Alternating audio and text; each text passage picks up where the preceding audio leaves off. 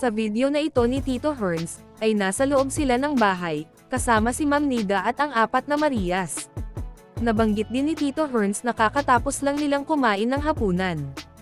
At nasa sala sila sa harapan ng television, maririnig na nakiusap si Russell kay Tito Herns, na kung pwede ay mapanood nila yung vlog nila Pugong Biyahero o Sir Paul, kasama sina Peter Paul at Edito.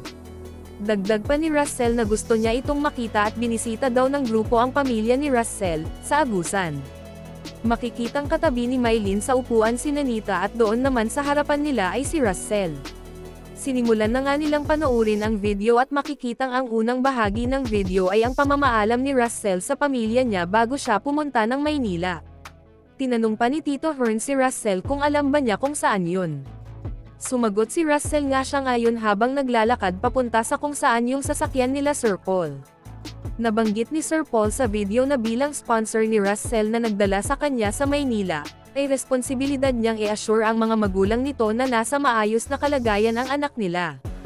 Dagdag pa ni Sir Paul na sobrang layo yung lugar nila Russell. Inihambing niya ito sa layo mula Maynila hanggang Bicol back and forth. Nagulat naman si Tito Herns at sinabing napakalayo pala ng lugar nila Russell. Humingi din si Sir Paul ng pasensya kung bakit hindi nila laging nadadalaw ang pamilya ni Russell, dahil nga daw talaga mahirap ang daan at sobrang layo nga nito. Nabanggit din ni Sir Paul na si Peter Paul at Edito lang ang kasama niyang pumunta dito. Pinapakita din ni Sir Paul ang daanan papunta mismo sa bahay nila Russell. Kaya sinabi ni Russell na miss na niya yung daanan papunta sa kanila. Biniro naman ito ni Tito Herns na baka maraming bayabas doon. Sagot naman ni Russell na naubos na ito sa mga nanggangahoy. Makikitang seryoso ding nanood sina Mylene at Nanita, kung kaya't tinanong ni Tito Herns si Nanita kung malapit lang ba ito sa kanila. Sumagot naman si Nanita na malayo sa kanila ang lugar nila Russell.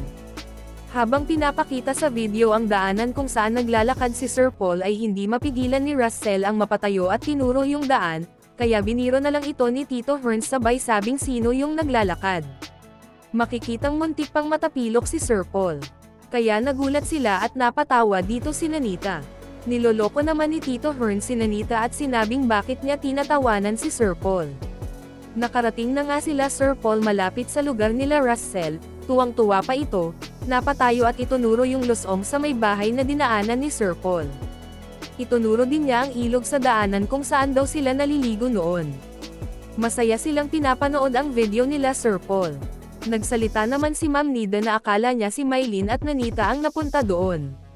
Ipinakita din ni Tito Herns si Zinia na kumakain ng biscuit sa tabi lang nila. Napatayo naman si Russell na naiiyak na, at may itinuro. Tinanong siya nila Tito Herns at Ma'am Nida kung sino iyon at kung kapatid ba niya yun. Ipinakita din sa video ang maraming itik sa paligid malapit sa ilog. Makikita sa video na patuloy sa paglalakad si Sir Paul at nakarating na nga ito sa bahay nila Russell, nakita pa ni Russell yung motor nila. Pumasok na nga si Sir Paul sa bahay nila Russell, at sobrang saya ni Russell nang makita ang aso niyang si Basti na sumalubong kay Sir Paul. Nasa loob na ng bahay si Sir Paul at makikitang andoon yung kapatid na maliit ni Russell. Tinanong pa ito ni Sir Paul kung nasaan si ate, sumagot naman ang bata na nasa Davao ang ate niya. Nagsimula nang bumuhos ang luha ni Russell habang hinahaplos yung mukha ng mga kapatid niya sa screen ng television kung saan nila pinapanood ang video. Kausap na ni Sir Paul ang papa ni Russell at makikita din si Edito na kasama ni Sir Paul sa loob ng bahay. Humahagulhol si Russell habang pinapanood ang video. Inabutan naman ni Zinia ng tisyo si Russell. Sinabihan naman ni Ma'am Nida si Russell na iiyak lang niya ang nararamdaman, dagdag pa ni Ma'am Nida na sobrang na-miss ni Russell ang pamilya niya. Habang umiiyak si Russell ay pinapayuhan ito ni Ma'am Nida at sinabing labanan niya ang lungkot at pangungulila tulad din nila Mylene at Nanita. Natanong pa ni Ma'am Nida si Russell kung bakit ito pumunta ng Maynila. Sumagot naman si Russell na pumunta siyang Maynila para mag-aral, para sa kinabukasan niya. Sumang-ayon dito si Ma'am Nida at sinabing magtiis lang muna siya, para saan ba at makakauwi din naman siya. Sinabi din ni Tito Herns kay Russell na pwede din naman itong magbabakasyon at yun daw ang sinabi ni Sir Paul sa kanila. Maririnig naman ang sinabi ni Edito na, sabi daw ng papa ni Russell ay buo ang tiwala nila sa kabaitan ni Sir Paul pero bilang magulang ay hindi pa rin nila maiwasan ang mag-alala. Nabanggit din daw ng papa ni Russell na natanong nito si Russell kung pwede ba itong makauwi ngayong December. Sumagot naman daw si Russell na hindi at sa bakasyon na. Pinatotohanan naman ni Sir Paul ang sinabi ni Russell sa papa niya. Natawa naman ang mga Marias nung makita nila sa screen yung litrato nila. Sinabi pati ni Sir Paul sa papa ni Russell na huwag silang mag-alala at magbabakasyon din si Russell sa pamilya niya. Nabanggit din ni Ma'am Nida kay Russell na katulad niya rin si Mylene dati pag nakakausap niya pamilya niya ay umiiyak din, lalo na daw pag nakikita niya ang kapatid niya na si Mylene Gamey.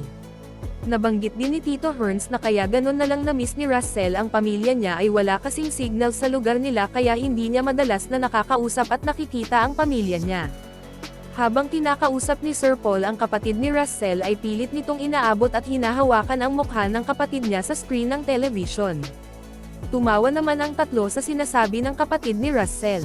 Todo ang iyak ni Russell kaya nasabi ni Ma'am Nida na sana hindi na lang nila pinanood. Nagsalita naman si Tito Hearns na mabuting ang pinanood nila at least nakita ni Russell yung pamilya niya. Habang nanonood sila ay may tinuro si Russell at may sinabi siya tungkol sa sili.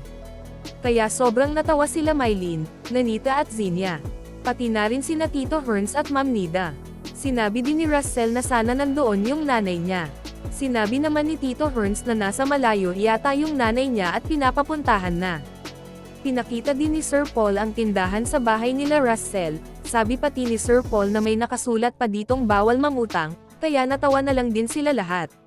Nagpapaalam sila Sir Paul sa papa ni Russell at aalis na sila. Sinabi din ni Sir Paul sa papa ni Russell na huwag na itong mag-alala sa anak nila. Bago umalis sila Sir Paul ay inabutan pa niya ng pera ang papa ni Russell. Agad namang nagpasalamat ang papa ni Russell sa kanila. Binibiro pa ni Ma'am Nida si Russell na ikis nito ang papa niya. Sinabi naman ni Tito Hearns na ayos lang at nakapag-usap naman na sila kaso nga lang daw hindi nakita ni Russell ang mama niya sa video. Sinabi din ni Sir Paul sa papa ni Russell na buo ang loob ni Russell na makapagtapos ito sa pag-aaral kaya walang dapat ipag-alala ang papa niya. Nagbabay na nga sila Sir Paul mga kapatid ni Russell at sa papa niya. Makikitang umalis na nga sila Sir Paul sa bahay nila Russell. Pinakuha naman ni Tito Hearns ng tubig si Nanita para kay Russell.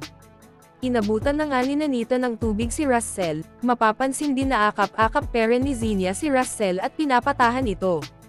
Paliwanag din ni Tito Hearns na kaya naiyak ng husto si Russell dahil hindi niya nakita yung nanay niya at ang iba pa niyang mga kapatid. Sinabi pa ni Tito Hearns kay Russell na okay lang yun, dahil magkikita peren naman sila. Sinabihan din ni Tito Hearns sina Mylene at Nanita na ihag nila si Russell. Pansin peren ang mahigit na yakap ni Zinia kay Russell, napakabuti ng puso ni Zinia at makikita talaga ang pag-aalala ni Zinia kay Russell. Biniro pa ni Ma'am Nida si Russell na yung mga kapatid niya ay nandyan lang sa tabi niya, sina Mylene, Nanita at Zinia. Dagdag pa ni Ma'am Nida na hindi mo nakita yung nanay mo sabay lapit at yakap kay Russell, at sinabing siya na muna ang nanay ni Russell. Pinayuhan ni Tito Hearns si Russell na pag-igihan nito ang pag-aaral niya, para matupad niya ang mga pangarap niya. Dagdag sabi pa ni Ma'am Nida kay Russell na kaya siya nasa Maynila ay para sa pangarap niya at sa kanyang pamilya, kaya gamitin niya ang pamilya na magsisilbing lakas.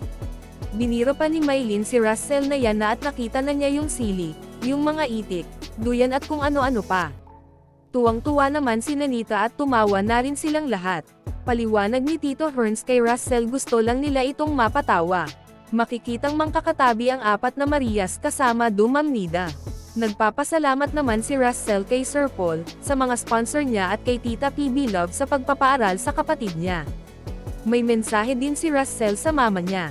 Sinabi ni Russell na sobrang na-miss na niya silang lahat at mag-iingat sila lagi. Nabanggit din niyang pagsisikapan niya ang pag-aaral niya para sa kinabukasan niya at sa kanyang buong pamilya. At para sa more summary video ng Pugong Biyahero huwag kalimotang mag-like and subscribe.